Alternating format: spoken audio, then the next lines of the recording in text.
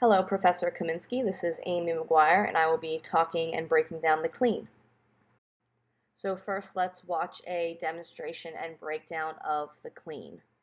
Starting from anatomical position, you would first pronate at the radial ulnar joint. Flexion will then take place at the femoral acetabular and tibiofemoral joints to get into the starting position. Distal and proximal interphalangeal joints and metacarpal phalangeal joints will flex in order to grip the bar.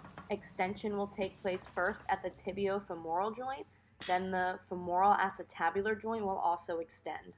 Finally, we have scapulothoracic and sternoclavicle joints elevating the shoulders, and at the same time the talocrucial joint is performing plantar flexion to get that final extension. We retract and slightly depress the scapulothoracic joints, then we have extension of the knee and hip joints, elevation of the shoulders, and finally flexion and extension again of the hip and knee joints to finish out the movement. Taking a closer look at this scapulothoracic and sternoclavicle joints, we can see elevation or a rising of the shoulders taking place. Then we have extension of the glenohumeral joints as the elbows come around the bar. So we can see that happening in this slow motion video to meet and catch that bar on the shoulders. When you put it all together, the clean boils down to being a multi-joint and dynamic change of direction. You have explosive power from the floor as you catch and stand to redirect that power. One more time in slow motion to be able to see all of the joint actions taking place throughout the clean. Again, it is a very powerful and explosive movement. Now we will take a look at a demonstration off of YouTube. Cool, okay, so first of all, just like I did with the last video, I'm just going to take you through setup, start position. It's always the simple things that you can get wrong. So when you're addressing the bar, when you're setting up for clean, you don't need to turn your toes out so much. So generally I have my toes pointing straight ahead. I want to use hook grip again, so for those of you that don't know, the other way around, that is thumb underneath fingers. Okay. Once we've got a grip set, once again, we want the bar touching the shins, so the weight's over right through the center of our feet. And then in terms of where we want our bum height, which is another common problem that people don't know, is I go again having my knees and arms in line. My shins are quite vertical, but because our grip's obviously much closer, our bum's naturally going to start higher than what it does in the snatch. Arms stay nice and relaxed, and my knees sit within my arms, so the weight's obviously still pushing directly down through the middle of our feet. Question, you don't have to push your knees out, do you? No. Weight's pushing right down through the flats of the So you drive up rather than pushing the knees out? Yeah, of course. Not this, because then the weight goes to the outside of the foot. Yeah. You wouldn't jump like that, so you don't lift like that. Okay? Once we're set, I always set my shoulders back and down, so I'm engaging my lats and making sure my back's nice and flat. In this position, I really feel like a burning sensation in my legs, because you can see even without my arms there, all the weight's sitting here in the big muscles. So I've set the shoulders back and down, and from here, all I'm thinking about doing, once again, is pushing the floor away, my legs, keeping the bar touching, all the way up till it comes past the knee, and then when I'm still touching past the knee, this is when I'm thinking about striking up, okay? Now because our grip is closer, the point in which the bar's contacting the body is lower. This is sort of brushing the mid-thigh through the middle as opposed to hitting off on the hips. So you want to make sure your arms are hanging and your shoulders are over the bar. And the bar will then brush the mid-thigh as you strike up. As I'm striking up here through the middle, all I then think about doing after I've kicked is driving my elbows through and move my feet out. Elbows through, feet out, into the bottom, and from here, leading with the elbows. That's it. Killing it. As you saw in the two demonstrations that we just watched, there's a lot of joints that are involved in the execution of the clean. For the purposes of this presentation, we will focus in more on the scapulothoracic and the femoral acetabular joints. The scapulothoracic is a synovial joint. It is in the back of the shoulders, basically are two scapulae that can move, they elevate and depress, those movements there.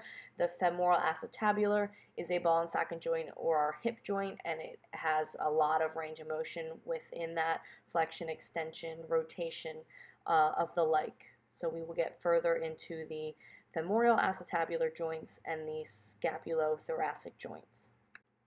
So let's talk about the femoral acetabular joint and as it pertains to the clean. I broke it down into preparation, execution in two phases, the pull and the stand and the squat, because there are flexion and extension within both the execution in different phases. So the actions, the femoral acetabular joint for the clean is flexing and extending basically the hip joint here. So in the preparatory phase, we have flexion in an isometric contraction, aka our starting point where we are on the ground, gripping the bar, and sort of generating the tension to move through the clean, to pull off the floor. The muscles involved here, rectus femoris, sartorius, pectineus, iliacus, tensor, fasciae latae. The bones involved would be the femur, pubis, ischium, ilium, lumbar vertebrae. And again, this is coming from the floor in a flexed isometric position, generating the tension to move us into the first execution phase, the pull, which is an extension of the hip joint here. It's a concentric contraction. So we are extending and opening up the hip. We're standing up with that bar essentially. And the muscles that we see here, glute max, semimembranosus, semitendinosus, bicep femoris, the long head, and psoas major, basically our hamstrings as well as our glute and some other hip muscles there.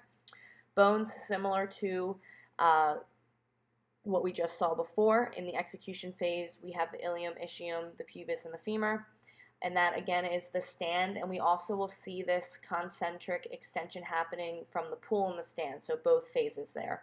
And then the squat is another piece of the execution. It's the flexion or an eccentric phase. So it's when we catch that bar on our shoulders and we kind of bring it down into the bottom squatting position.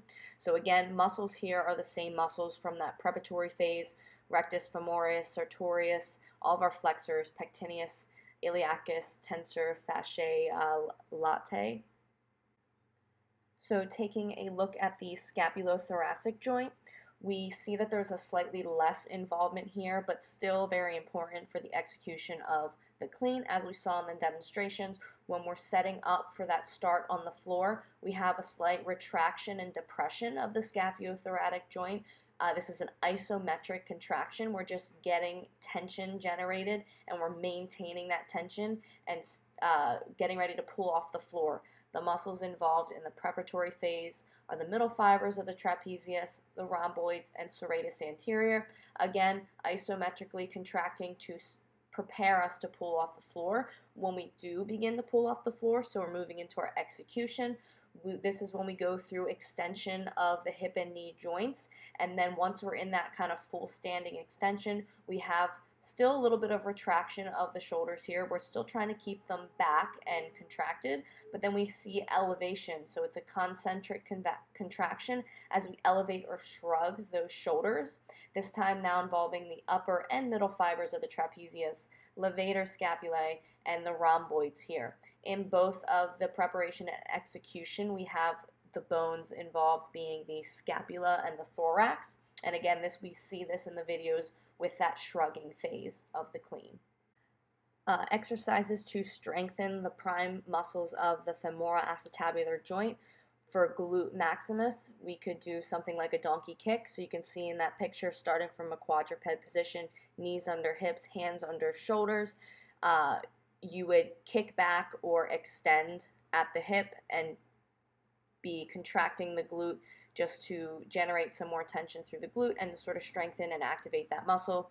If we're moving into rectus femoris, we could do the simple leg extension, and you can see in the picture using a machine, you are essentially isolating just the quads, rectus femoris primarily, just to extend at that joint. And then tensor fasciae latae, side leg raises. So from that side position, you're just raising that leg, and it just really helps to isolate that movement. Two more muscles that we can strengthen to help the femoroacetabular joint go through its actions would be psoas major. We can practice this with a glute bridge, so just basically an extension of the hips, and in the picture we have this woman added some weight to it, so you're just practicing extending the hips and squeezing in those positions to get the psoas major involved. Biceps femoris, we can practice this in a hamstring curl, so this would be flexing at the knee more so than it would be at the hip in this particular exercise, but it would strengthen the hamstrings to be able to help extend the hip joints, the femoroacetabular joint. And that is the end of my presentation. Thank you very much.